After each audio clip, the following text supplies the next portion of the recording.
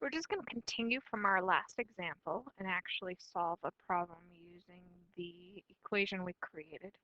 So in our previous problem, we took the information about the half-life of iodine-131 and we created this formula, which we've got both the approximate version and the exact version of it from finding K, and we did that by plugging in our 5 grams and half of 5 grams, which is 2.5, so we end up getting this 0.5 or 1/2 over here, which is always going to happen with half-life.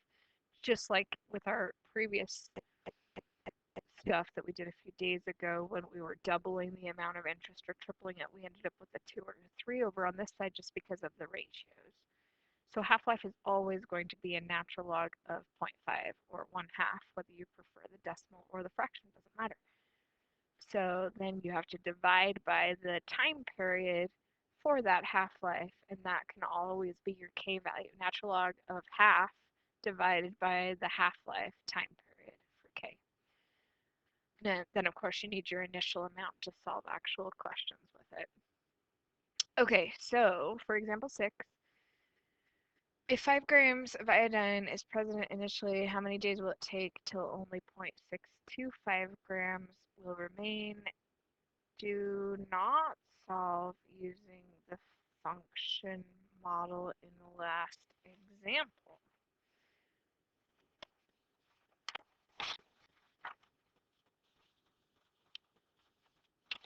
Okay, well, let's go ahead and do this using a different method.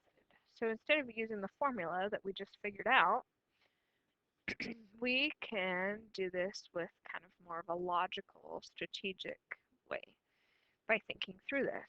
So if our amount halves in 8 days, then half of 5 will be 2.5 grams. So then in another 8 days, we will have half of that. So 8 days after that, we will have half of our 2.5, which is 1.25. And then 8 days after that, because our half-life is 8, so every 8 days, the amount of radioactive asymptote drops by half. It never gets down to 0, but it gets really close. So half of 1.25 is actually 0.625, and that actually gives us our answer right there. So the time is 24 days. So that was done without using the formula we created, just by using the logic of radioactive decay and how it decreases by half of what it was every 8 days.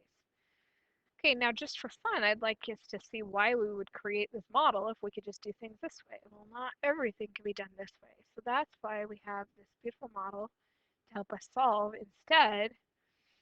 So if we have A of t, which I'm going to go ahead and fill that amount in with our 0.0625, and I put the decimal the wrong place. Ignore that.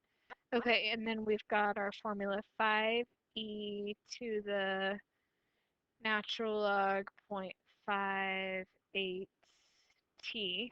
So we're solving for t. We start by dividing both sides by 5 because we're isolating the exponential.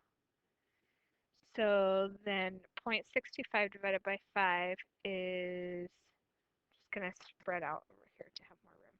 So 0.125. So I'm just using a calculator to get these numbers. I just found them previously to save us time. So that gives us e to the kt. Now I'm just going to write k, keeping in mind that k is this thing. So that after I've done this process, then I can just plug that in. So I have the natural log of 0.125 equals k times t times the natural log of e. So I've taken the natural log of both sides, and I've used the power property to move it as a coefficient, and I've realized that the natural log of e is 1. So this will give us the answer for t by taking natural log of 0.125 and dividing that by our k value, which is this thing here. But I'm going to go ahead and use the approximate value just to simplify this a little bit. So that is k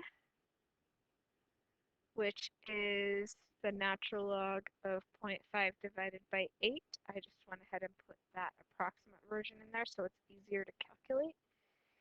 Then, if I divide that out, I get approximately 24 days. Give it a try and see if you believe me.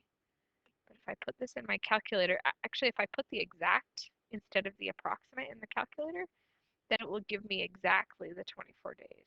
If I put in this decimal, I'm going to get an approximate value that rounds to 24 days.